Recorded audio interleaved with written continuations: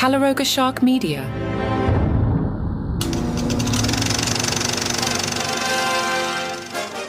Welcome back to TV in the Basement, where we continue our Simian Cinema retrospective with Beneath the Planet of the Apes. Beneath the Planet of the Apes was the quickly produced 1970 sequel to the massively successful Planet of the Apes. It's a much darker, weirder, and more action-packed film that expands the Apes universe, for better and for worse. While not as groundbreaking as the first movie, it still offers plenty of shocks and thought-provoking moments.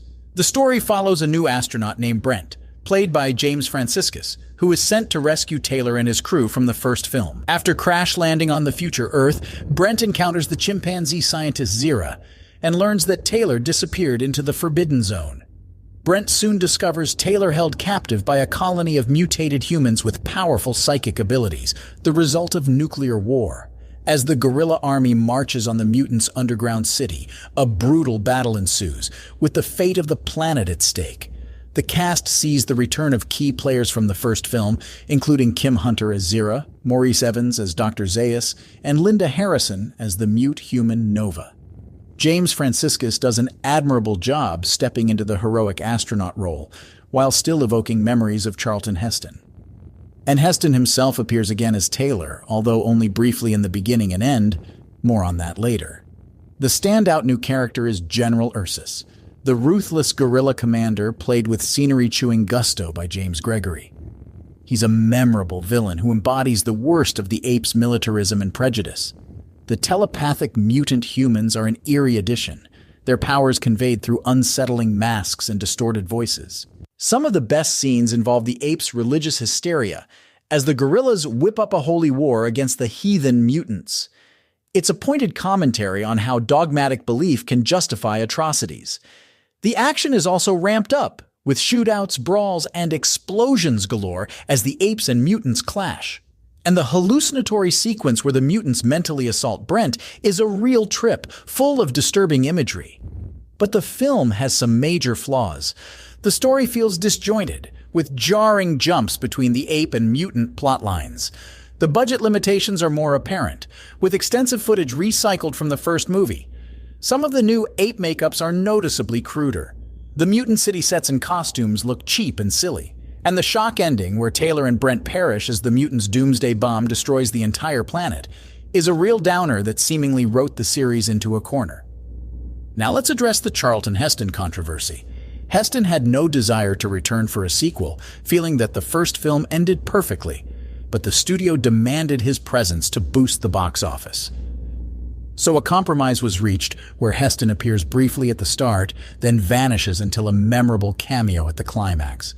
Heston donated his reduced salary for the film to charity, but he insisted that his character Taylor be killed off spectacularly so he couldn't be brought back again. Thus, the ending where Taylor detonates the doomsday bomb, taking the whole planet with him. It's an explosive way to go, but quite the downbeat conclusion. The absence of Taylor for most of the runtime is definitely felt. James Franciscus tries his best but can't match Heston's magnetic presence and dry wit. The astronaut protagonist just isn't as compelling this time around. A TV version of the film added footage of Heston and the other original astronauts exploring the Forbidden Zone, shot during the making of the first movie, to pad out his role. Another controversy involves the treatment of actress Linda Harrison. While her character Nova was given some agency in the original film, here she's reduced to a completely passive object fought over by the male characters. Harrison herself was going through a contentious divorce with studio head Richard Zanuck, which some speculate led to her diminished role. It's an unfortunate step backwards for the series' gender politics. The film's violence and gore also sparked some outcry, especially the graphic scene of an ape being shot through the head. A few seconds had to be trimmed to avoid an X rating.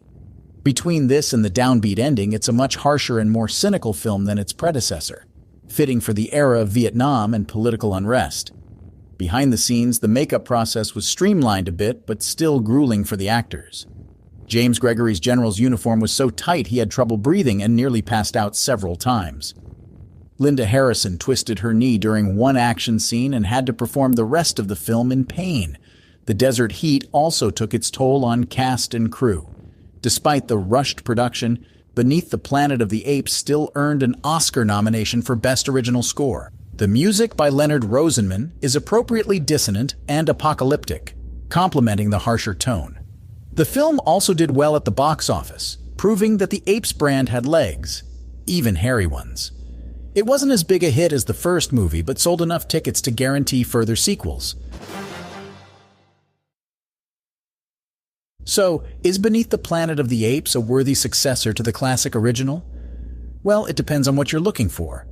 As pure sci-fi spectacle, it delivers plenty of action, suspense, and weird visuals. The ape society is even more fleshed out. The mutants add a creepy new wrinkle, and it all builds to an explosive, literally, finale.